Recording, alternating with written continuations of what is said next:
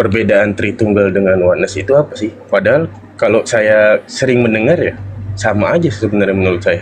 Tapi kenapa Enggak terkadang sama. mereka nggak sama ya? Boleh dikasih penjelasannya? Oneness itu percaya bahwa Oneness itu menolak Tritunggal, Pak. Mereka tidak menerima keunikan di dalam kebagaimanaan Allah Tritunggal itu. Tapi mereka mengatakan bahwa Allah itu hanya satu pribadi. Allah itu satu pribadi di dalam peran yang berganti-ganti. Jadi dia satu orang tapi kadang jadi Bapa, kadang jadi anak, kadang jadi roh. Mereka percaya Allah itu dulu Bapa. Ketika jadi Yesus, baru berubah lagi jadi Roh Kudus. Jadi Allah yang berubah-ubah. Seperti bunglon yang berubah warna tapi tetap satu bunglon. Itu oneness itu. Tapi bisa nggak ketika kadang dia jadi bapak, kadang jadi anak, kadang jadi Roh Kudus, bisa nggak keanakannya berbicara dengan kebapaannya pada waktu yang bersamaan? Kan nggak bisa, karena itu hanya satu pribadi. Nah, disitulah kesalahan oneness. Padahal dalam Alkitab, ketika Tuhan Yesus dibaptis adalah suara Bapa dari surga yang mengatakan, inilah anak yang kukasihi, kepadanya lah aku berkenan. Jadi Bapa dengan Yesus itu bisa berbicara. Berarti tidak benar pandangan oneness itu. Gitu, ya. Elia Miron. Nah, semoga Tuhan berkati selalu ya. Salam toleransi, Kak. Yuk, Tuhan berkati ya. Aku berserah. Oke, kita lanjut ya.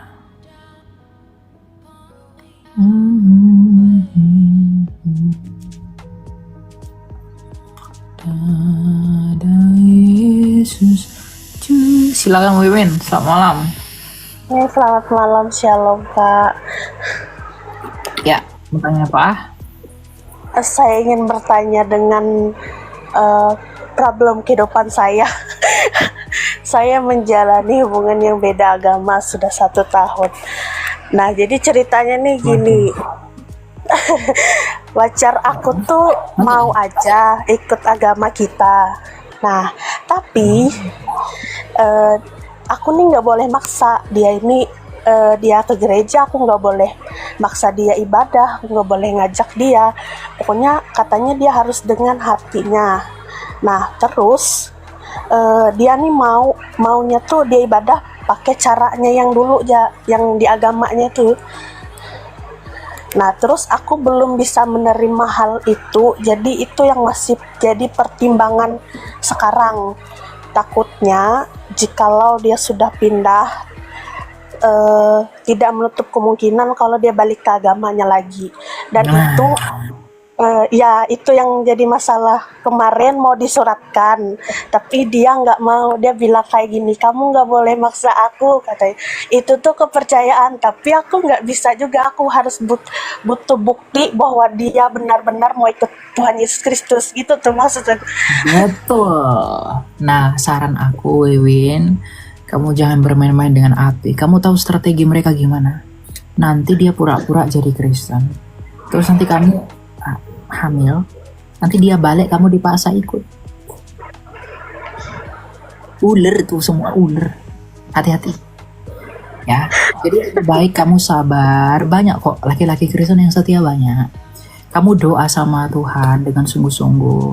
Kamu minta sama Tuhan, Tuhan aku mau pasangan. Kamu cari Tuhan dulu deh. Kamu fokus sama Tuhan dulu. Nanti Tuhan tunjukkan apa yang kamu butuhkan. Jangan paksa kehendakmu, kamu harus sabar. Jangan tergesa-gesa, jangan terburu-buru. Ya, kalau dia udah ngomong begitu, kamu nggak boleh paksa aku. Berarti dia nggak serius cinta sama kamu. Kalau dia pengen benar-benar ikut Tuhan, punya kesadaran untuk ikut Tuhan, dia nggak mungkin akan menghalangi dirinya beribadah. Nggak mungkin. Jadi kamu harus waspada. Kamu hati-hati, jangan terburu-buru, jangan tergesa-gesa ngambil keputusan. Kalau kamu terburu-buru, di situ dosa itu bermain. Ya, jadi kamu sabar. Kalau memang dia memang tetap nggak mau ikut kamu putuskan hubungan kamu berdoa sama Tuhan biar Tuhan yang sediakan kamu pasangan yang lebih baik. Gitu ya, jangan bermain-main loh. Kalau kamu sampai masuk perangkap mereka, kamu akan kesulitan sendiri. Dan kalau kamu sudah diberkati di gereja, lalu dia murtad lagi dari Kristen, kamu nggak bisa nikah lagi nanti, karena itu jatuhnya cerai. Jangan main-main, kamu cari yang Kristen. Ya, kamu Ya. cari yang tulus, kamu yang benar-benar. Kalau dia katakanlah dia mau jadi Kristen pura-pura, tapi dia murtad nanti, kamu nggak mau ikut dia, kamu cerai, kamu nggak bisa nikah lagi loh. Karena itu zina. Gitu. Ya, daripada kamu menyesal nanti. Oke? Iya. Semangat ya, Wiwin ya. Kalau memang dia nggak mau, kamu tinggalin. Oke? Oke, Kak. Thank you. Modus itu banyak tipuan itu, ular. Ya? Oke? Gitu ya. Kamu dengerin ya yang aku sampaikan tadi ya. Iya, dengar. Ya. Oke, semangat ya Wiwin ya. Tuhan berkati ya. Ya saya doakan Iya, Kak. jodoh yang baik dari Tuhan. Oke? Amin. Ya. Oke. Tinggalin aja ya. Mereka tuh ada aja caranya untuk mancing orang. Hati-hati ya. Kita harus berhikmat teman-teman. Jangan buru-buru. Ambil waktu tenang sebentar memikirkan keadaan, melihat dari atas. Karena itu cara mereka tuh begitu. Nanti saya kasih nama dia. Nanti dia pindah lagi balik ke agamanya, tapi udah diberkati pernikahan, dia nggak bisa nikah lagi tuh nanti. Gitu, karena cerai hidup. Silakan Inak, selamat malam. Halo Kak, terima kasih. Aku mau Ya. tanya Kak soal pernikahan dalam agama Katolik. Karena kan sekarang itu banyak ya yang tentang pernikahan dalam Katolik itu ada yang pakai veil yang tutup muka itu loh Kak. Sama ada yang enggak. Kira-kira Pakai apa? pakai veil yang kerudung pakai tutup muka itu loh Kak. Pakaian pengantin perempuan. Oh ya, terus? Ya terus katanya kan kalau yang pakai tutup itu yang belum disentuh gitu loh Kak. Terus apakah dalam Alkitab ada tertulis seperti itu Kak tentang aturan menggunakan itu pakaian tertutup? Iya, memang di Alkitab Rasul Paulus menganjurkan bahwa perempuan itu harus pakaian tertutup ya, harus sopan ya.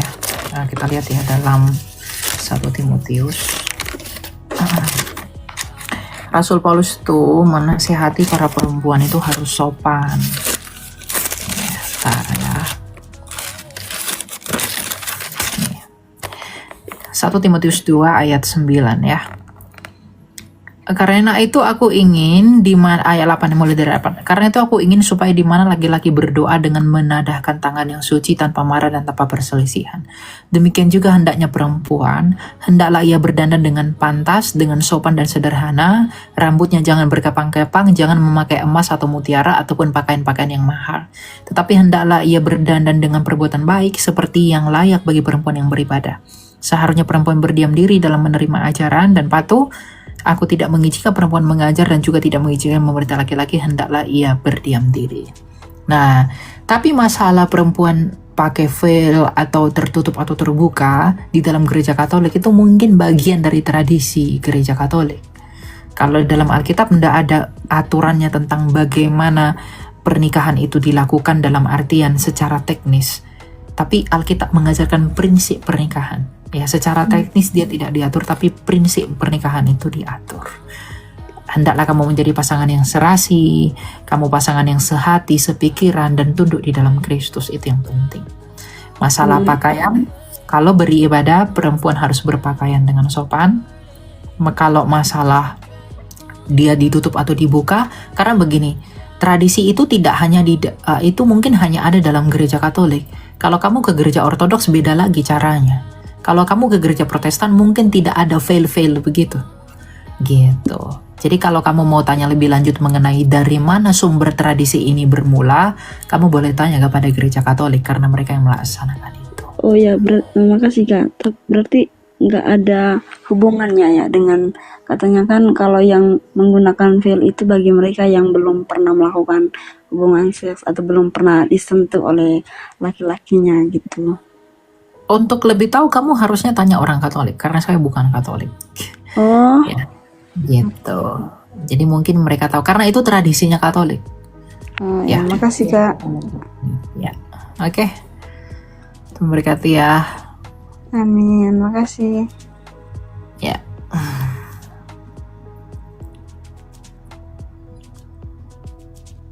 Mantila.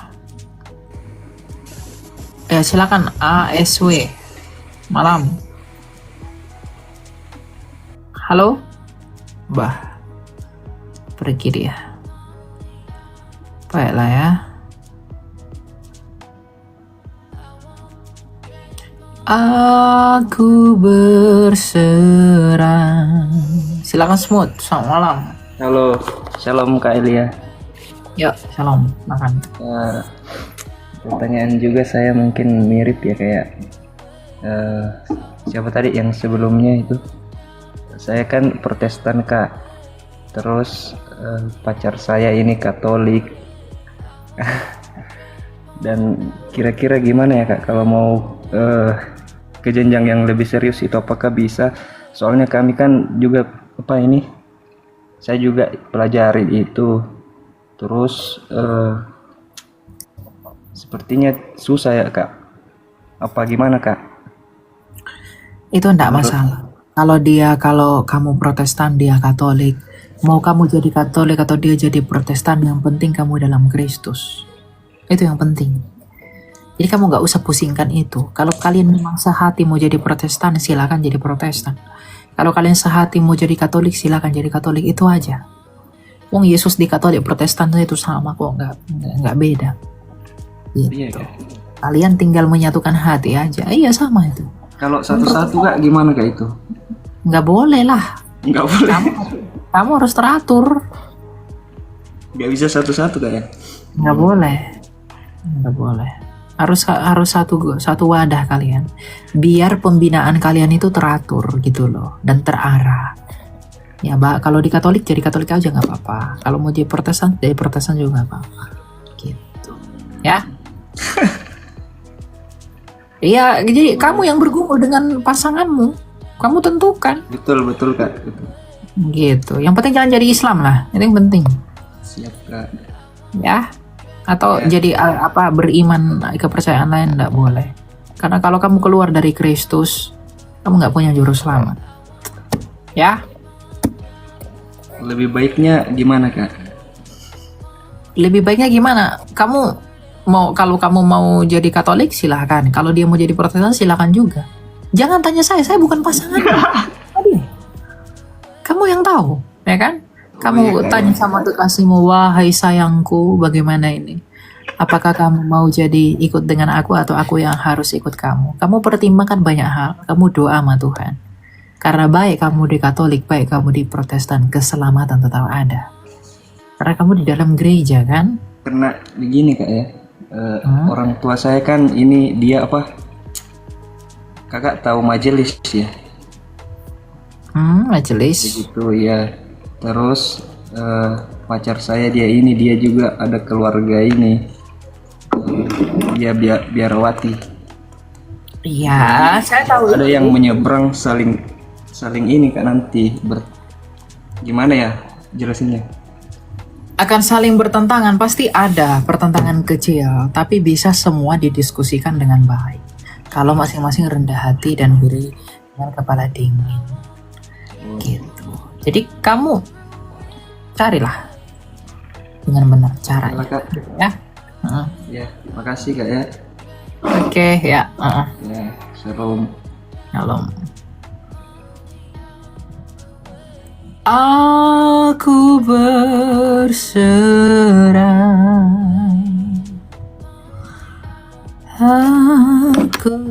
Makanya kalau pacaran tuh pertimbangkan banyak hal. Jangan kau pusing ya. Silakan Delvin. Halo Kak.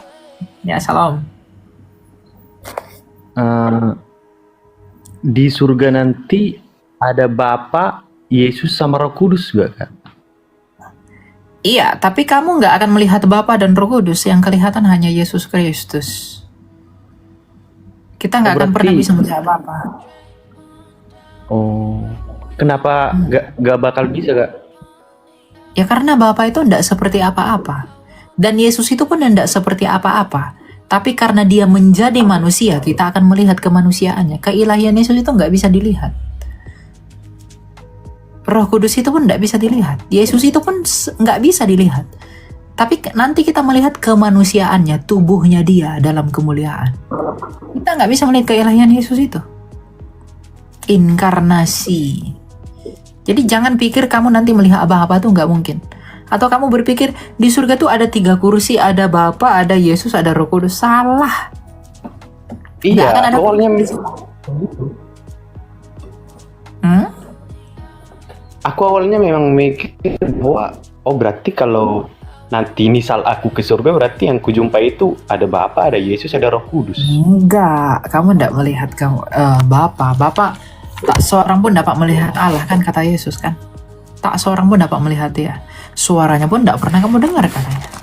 Nah, Yesus itulah firman-Nya Allah yang menyatakan siapa Allah itu. Baca ya. Wahyu yang ke-21.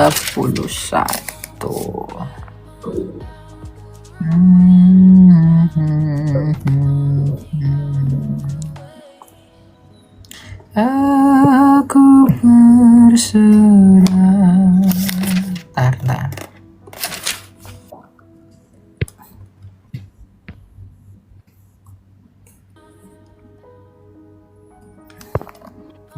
Mana ya ayatnya? Jadi nanti nih Wahyu 21 ya. Lalu aku melihat langit yang baru dan bumi yang baru, sebab langit yang pertama dan bumi yang pertama telah berlalu dan laut pun tidak ada lagi. Aku juga melihat kota kudus Yerusalem yang baru turun dari surga dari Allah yang berhias bagaikan pengantin perempuan yang berdandan untuk suaminya. Lalu aku mendengar suara yang nyaring dari tahta itu berkata, lihatlah kemah Allah ada di tengah-tengah manusia dan ia akan tinggal bersama mereka. Mereka akan menjadi umatnya dan Allah sendiri akan menyertai mereka sebagai Allah mereka.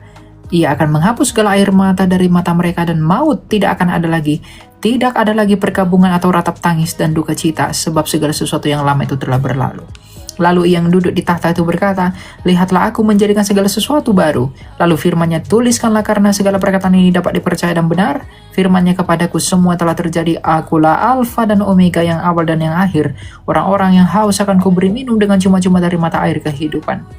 Siapa yang menang, ia akan memperoleh semuanya ini. Dan aku akan menjadi Allahnya dan ia akan menjadi anakku. Namun orang penakut, orang tidak percaya, orang keji, pembunuh, orang yang berbuat cabul, tukang sihir, penyembah berhala, dan semua pendusta, mereka akan mendapat bagian di dalam lautan yang menyala-nyala dengan api dan belerang. Inilah kematian yang kedua. Ya, mengenai Bapa itu di mana ya ntar ya? Nih, ayat 22. Aku tidak melihat bait suci di dalamnya karena Tuhan Allah yang Maha Kuasa adalah bait sucinya, demikian juga anak domba itu. Kota itu tidak memerlukan matahari dan bulan untuk menyinarinya sebab kemuliaan Allah meneranginya dan anak domba itu adalah lampunya. Ya, jadi nanti di langit bumi baru tidak akan ada lagi matahari, tidak ada lagi bulan. Tapi kemuliaan Kristus lah yang akan kemuliaan Allah lah yang akan menyinari kita. Jadi di sana tuh enggak ada nanti kita melihat Bapa. Kita hanya ketemu Yesus dalam keadaannya sebagai manusia. Gitu ya. Entar Kak, tubuh jasmani Yesus berarti masih tubuh jasmani manusia ya yang di surga? Betul, tapi dalam keadaan sudah dipermuliakan. Nah, itu nanti yang jadi lampunya, dia yang akan menjadi terang itu. Oh, oke. Jadi kita nggak akan melihat Bapa, kita nggak akan melihat Kudus, gitu ya. Jadi yang bermimpi, yang punya cita-cita untuk melihat Bapa, kamu nggak akan pernah bisa melihat Bapa. Sesuai dengan Wahyu 21 ayat 22 tadi ya. Dan Tuhan Yesus juga mengatakan tak seorang pun melihat Allah ya. Oke, kita lanjut. Sang Bapa itu tidak pernah kelihatan. Oke. Karena ia tidak seperti apapun yang bisa ditangkap oleh mata. Silakan Altwin. Selamat malam Kak, Shalom. Ya, salam. Silakan. Izin bertanya Kak, jika Ya. seseorang yang dulunya Kristen, lalu kemudian sudah dibaptis, lalu dalam perjalanan hidupnya mualaf, namun selama mualaf itu semakin sadar bahwa Yesus Kristus adalah satu-satunya juru selamat, lalu kemudian murtad dan kembali ke Kristen, apakah harus dibaptis ulang atau tidak? Terima kasih Kak. Ya, ada yang menyatakan itu baptis ulang, ada yang mengatakan dia hanya perlu bertobat. Ya, ya kalau saran saya sih nggak usah baptis lagi. Ya, gitu. Tapi ada beberapa yang menyarankan, ya dalam hal ini guru-guru rohani saya juga berbeda pendapat ya. Dulu ketika ditanya itu saya mengatakan baptis kembali. Tapi sekarang setelah saya pelajari tidak perlu baptis kembali. Dia ini aja bertobat, mengaku dosa. Ya, karena baptisan tuh tidak bisa batal kalau begitu. Ya. Ya, terima kasih Kak. Ya. Dia mengaku dosa, dia mengakui kesalahannya, nanti imam atau hamba Tuhan atau pendeta yang pernah membaptis dia atau yang menggembalakan dia akan melepaskan pengampunan, menyatakan pelepasan pengampunan bagi dia. Dan setelah dia kembali kepada Tuhan, dia mengakui dosanya, dia harus sungguh-sungguh hidup dalam Kristus. Gitu, ya. Ya, terima kasih banyak. Itu orang lain atau kamu sendiri kah? Ada Kak? Bukan kamu ya? Iya, bukan. Saya pikir kamu. Oke. Itu ya. Terima kasih Kak.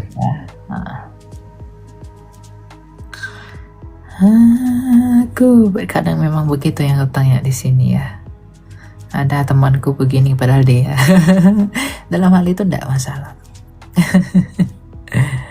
Yang penting berani bertanya, itu udah bagus ya, itu hal yang baik.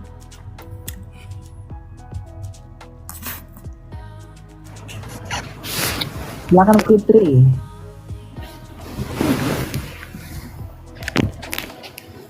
Kak Elia mau tanya dong Kak Elia. Naik. Bisa gabung mah. Kalau aku mau nanya. Kira-kira Kok ketawa kau nanya? Serius lah. Kira-kira Kak kalau misalnya